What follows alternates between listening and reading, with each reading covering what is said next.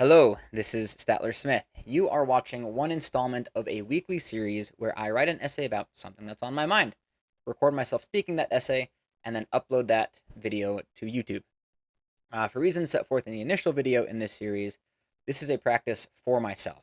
As such, this video will likely not be entertaining or particularly educational. Perhaps one day I will have value to add to others, but in the words of Aragorn, King of Gondor, it is not this day. If you choose to keep watching, feel free to give feedback on the clarity of thought and speech, as that is what I am trying to improve. Please let me know if you have undergone a similar journey or have tips to share. And who knows, maybe I will eventually add more video editing. With that, let's get into this week's essay. If you are anything like me, you have heard time and time again that to achieve anything resembling a life that you want, you must set ambitious goals. Shoot for the moon, and even if you miss, you'll land among the stars. But better than just any goals are SMART goals: specific, measurable, attainable, relevant, and time bound. SMART. Now, if you're anything like me, setting those goals doesn't work for you. For starters, those goals can't rely on anything externally going your way. Otherwise, you'll miss the goal and it won't be your fault, and you'll get mad at yourself, be like, I didn't make the goal, but it wasn't your fault. Additionally, you're not allowed to change your priorities in between the time you set the goal and the time you have set to complete the goal. You can't waver at all during that time. This is why, for me, James Clear's statement rings so true. You don't rise to the level of your goals, you fall to the level of your systems. This is what I've seen in my life. When I have set goals in my life, I've only reached them if I have cultivated systems that take me to that goal. Conversely, if I have good systems in my life, I continue to achieve regardless of the goals that I am or am not setting in my life. As a result, I focus a lot more energy on my systems than I do on my goals. When I started transitioning from focusing on my goals to focusing on my systems, I ran into the issue of measurement, right? In the SMART acronym, measurable is one of them. If you don't measure your progress, how do you know you're progressing? And what gets measured improves. Now, goals are easy to measure if they're set right. Goals are easy to measure. Systems are not. Visualizing progress to a goal is inspiring. It's rewarding. It's intrinsically rewarding. Visualizing the maintenance of your systems is rather dull. Now, understanding that consistency within systems provides more growth than intensity in reaching your goals, I built a system to track my consistency in maintaining my systems over time.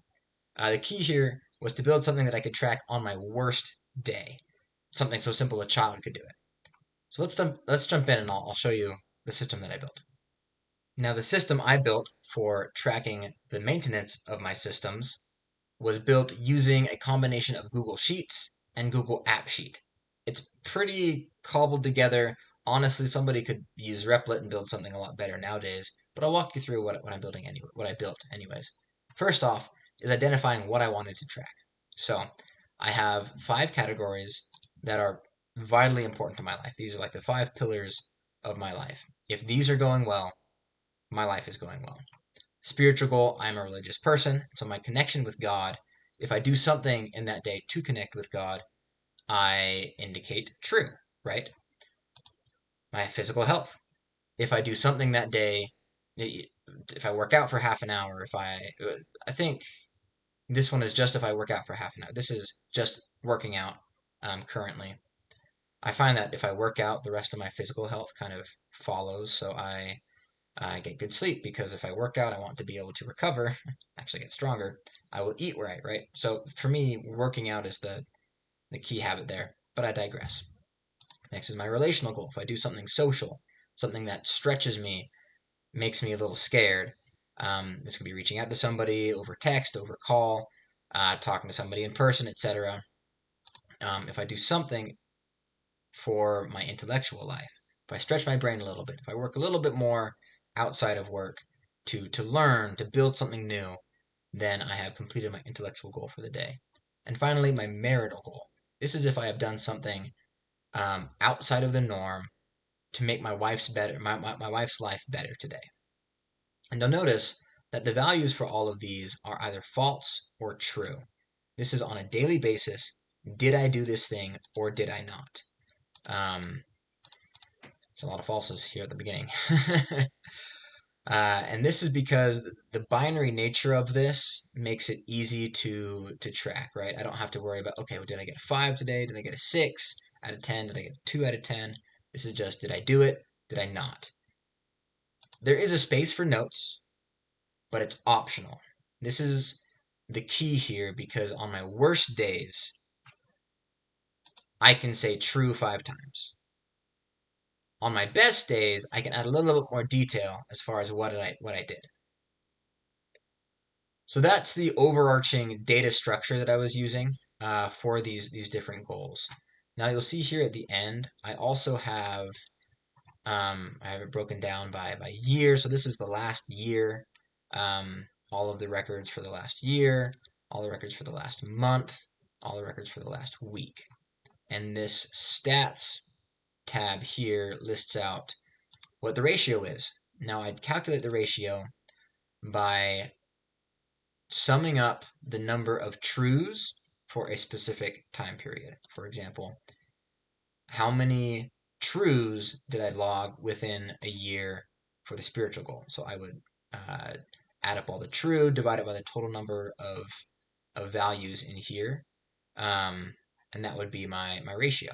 Now there are days where I don't add anything. Could always improve.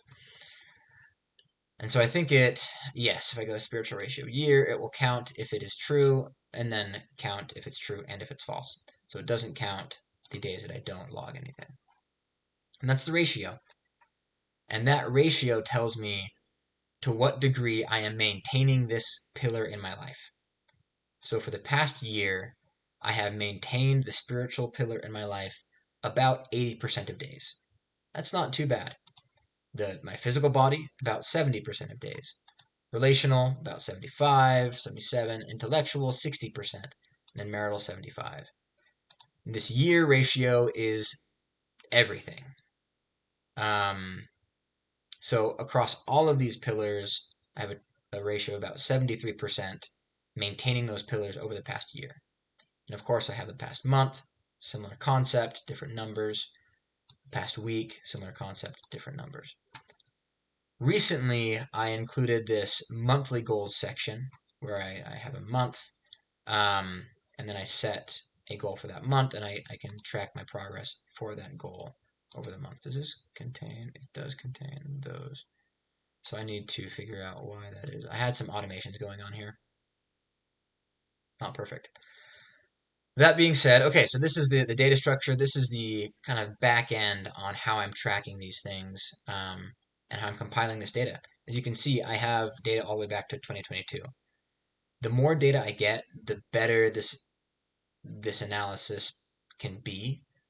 I can check this year to last year. I can check that year to the year before.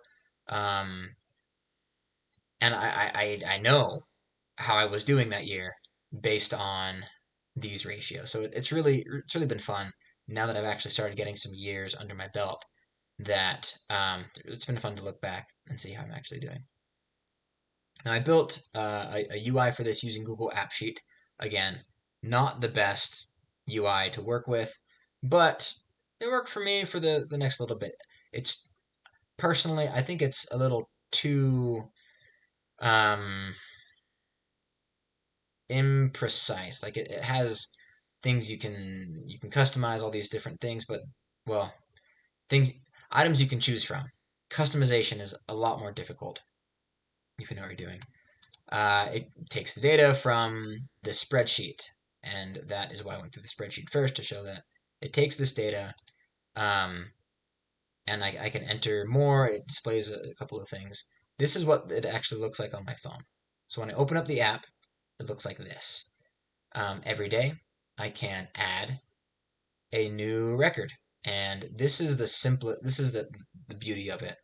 Is did I do something to build my spiritual goal? Yes or no?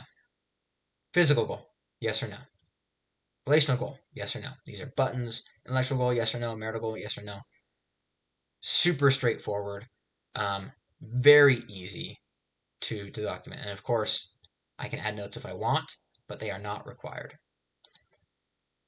And then if I need to modify one, if I can add one if I forget in the evening, I can add it the next morning. That has been a lifesaver so many times. I can even add it a couple of days later if I remember. If I do that, I only say yes if I remember something specific that I did that day. Otherwise, it's false. And that's how I do the tracking every day. Of course, I can look at my stats. This big one is the week. There's the month. There's the year. And there's the goal. So I can check how am I doing in my spiritual life. I've only been connecting with God for 2/3 of the past week, which is below my monthly and my annual ratio at this point. So I say, okay, I can probably improve with that. Physical goals, I'm doing pretty well. The past month I was doing really well, a lot higher than my overall goal. But over the past year, I've been approximating the goal that I have. So maybe I need to bump that up. But either way, I can look over the past year and say, okay, I think I've been doing good. And I feel that. I feel like my body's healthier than it has been in the past. So for intellectual goals, I've been doing better recently than I have in the past year, etc. So anyways, I'm not going to go into detail on each of these, but it gives me a quick overview in the past week, past month, past year. From that I can see kind of a trend, right? I can say, okay, so over the past year I did this, but the more recent history, I've been improving or I've been declining, so I can tell whether or not I should focus on that over the next couple of days or focus on some of my other goals. So it's a nice little dashboard to see what that is. And then recently I included my monthly goals. So I have the goal here of 80% for the month. And this adds every day that I do something, it adds another like 3% depending on the number of days in the month. Throughout the month, I then see it increase until it reaches or exceeds that monthly goal. That's a newer function, but it's been helpful nonetheless. So this is how that's my system for tracking my systems. It's nothing flashy. Like I mentioned, somebody could use Replit, build something a lot better. But the best system to use for tracking the maintenance of your systems is the one that you use. Doesn't matter if it's covered in gold. Doesn't matter if it's vibe coded up the wazoo. Doesn't matter if you paid a developer to build it. Whatever it takes to track what you need to track. Whatever you use it. If it works for you, use it. And if it doesn't work for you, figure out what does work for you and then use it. This has really helped me stay consistent and track my consistency. I was always frustrated with how I knew I needed to do something for those 5 categories, right? But the individual goals themselves change. And so how do I know that if I'm improving over time, how do I know what I need to focus on, right? This helps me with those insights to see what I need to do next. All right, that's my system. I hope you enjoyed learning about it. Figure out what system works for you and then build it or have somebody else build it. I prefer building it for things that I care about because I can build it, especially these days with AI vibe coding tools. You can build whatever system works for you. You can customize it for you. So do it. A lot of the off-the-shelf systems like Mint for budgeting, or it's Intuit right now, right? Credit Karma for budgeting. Those apps that are budgeting I'm sure they're helpful, but they never gave me the granularity that I wanted in my budgeting. This is the same thing. There's habit trackers, but they never gave me the granularity and the insight that I wanted. So I recommend building one yourself. Then you can know how to add things to it, how to improve it and whatnot. But let me know. Let me know what systems you use, and I'll see you next week.